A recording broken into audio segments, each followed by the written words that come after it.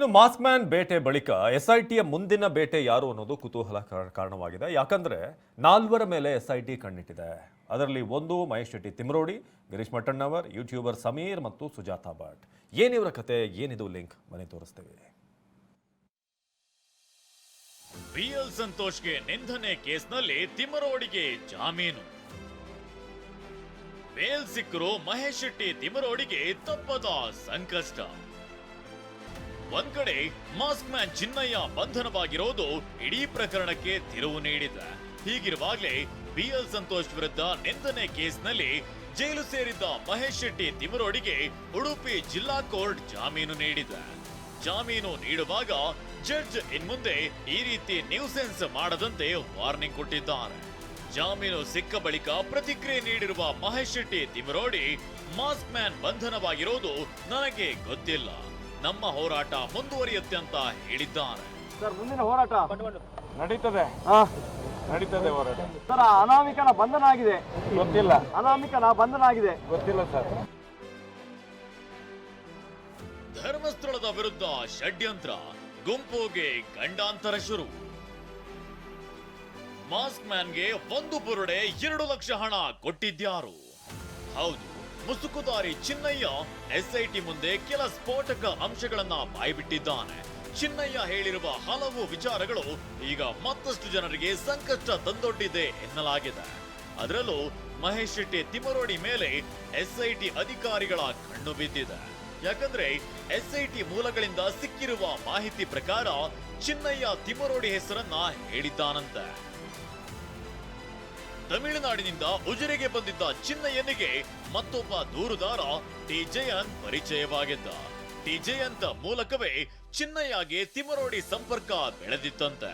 ಇದೇ ವೇಳೆ ಚಿನ್ನಯ್ಯಗೆ ಮಹೇಶ್ ಶೆಟ್ಟಿ ತಿಮರೋಡಿ ಆಶ್ರಯ ಕೊಟ್ಟಿದ್ರಂತೆ. ಅಷ್ಟೇ ಅಲ್ಲದೆ ತಿಮರೋಡಿ ಮತ್ತು ಮಟ್ಟಣ್ಣರವರಿಂದ ನಾನು 2 ಲಕ್ಷ ರೂಪಾಯಿ ಹಣ ಪಡೆದಿದ್ದೇನೆ ಅಂತ ಎಸ್ಐಟಿ ವಿಚಾರಣೆ ವೇಳೆ ಮಾಸ್ಕ್ ಮ್ಯಾನ್ ಬಾಯ್ಬಿಟ್ಟಿದ್ದಾನೆ. ಹೀಗಾಗಿ ಎಸ್ಐಟಿ ತಿಮರೋಡಿಯನ್ನ ವಶಕ್ಕೆ ಪಡೆಯುವ ಸಾಧ್ಯತೆ ಇದೆ ಎನ್ನಲಾಗಿದೆ.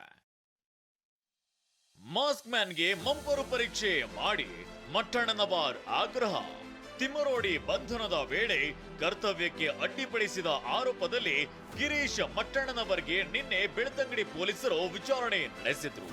ಈ ವೇಳೆ ಮಾಸ್ಕ್ ಮ್ಯಾನ್ ಬಂಧನದ ಬಗ್ಗೆ ಮಾತನಾಡಿದ ಗಿರೀಶ್, ಅವರಿಗೆ ಮಂಪರು ಪರೀಕ್ಷೆ ಮಾಡಬೇಕು, ಷಡ್ಯಂತ್ರ ಇದ್ರೆ ಹೊರಗೆ ತರಬೇಕು ಅಂತ ಹೇಳಿದ್ದಾರೆ.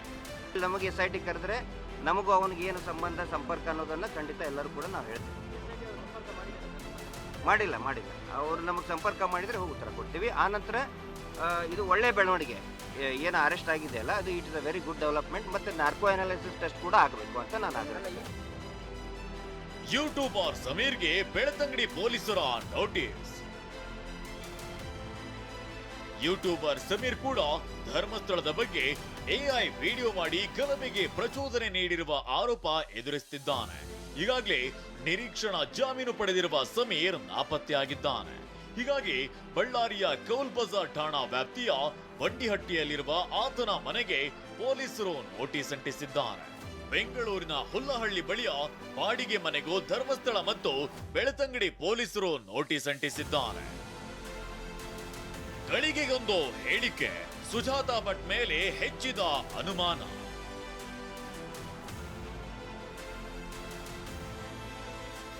ಇಷ್ಟು ದಿನ ನನಗೆ ಮಗಳಿದ್ದಾಳೆ, ಧರ್ಮಸ್ಥಳದಲ್ಲೇ ನಾಪತ್ತೆಯಾಗಿದ್ದಾಳೆ ಅಂತ ಹೇಳ್ತಿದ್ದ ಸುಜಾತಾ ಭಟ್ ಈಗ ಕಂಪ್ಲೀಟ್ ಯೂಟರ್ನ್ ತೆಗೆದುಕೊಂಡಿದ್ದಾನೆ.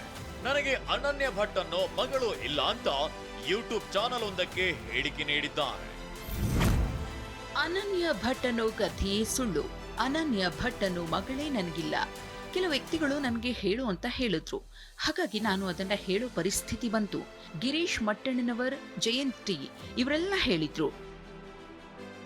ಇಲ್ಲಿ ಹೀಗೆ ಹೇಳಿದ್ದ ಸುಜಾತಾ ಭಟ್ ಮಾಧ್ಯಮಗಳು ಸ್ಪಷ್ಟನೆ ಕೇಳ್ತಿದ್ದಂತೆ ನನಗೆ ಒತ್ತಡ ಹೇರಿದ್ರು ಅಂತ ಮತ್ತೊಂದು ಗೊಂದಲದ ಮಾತನಾಡಿದ್ದಾರೆ. ಅದಕ್ಕೆ ನಾನು ಏನಕ್ಕೆ ಹೇಳಬೇಕು ಅಂತ ನಾನು ಕೇಳಿದೆ ಅವ್ರ ಹತ್ರ ಮಾತಾಡುವಾಗ.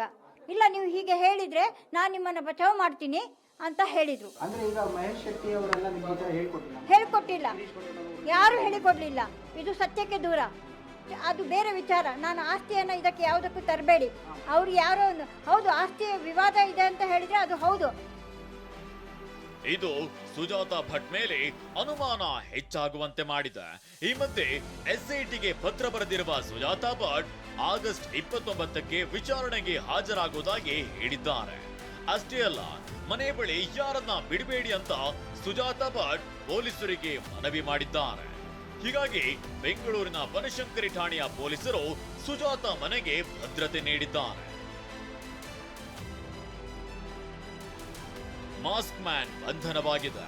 ಮತ್ತಷ್ಟು ಜನರ ವಿಚಾರಣೆಗೆ ವೇದಿಕೆ ಸಜ್ಜಾಗಿದೆ. ಧರ್ಮಸ್ಥಳದ ಕೇಸ್ನಲ್ಲಿ ದಿನಕ್ಕೊಂದು ಕ್ಷಣಕ್ಕೊಂದು ತಿರುವು ಸಿಗ್ತಿದೆ. ಇದರ ಕೊನೆ ಹೇಗಿರುತ್ತೆ ಅನ್ನೋದೇ ಸದ್ಯಕ್ಕಿರುವ ಕುತೂಹಲ. Bureau report, TV9.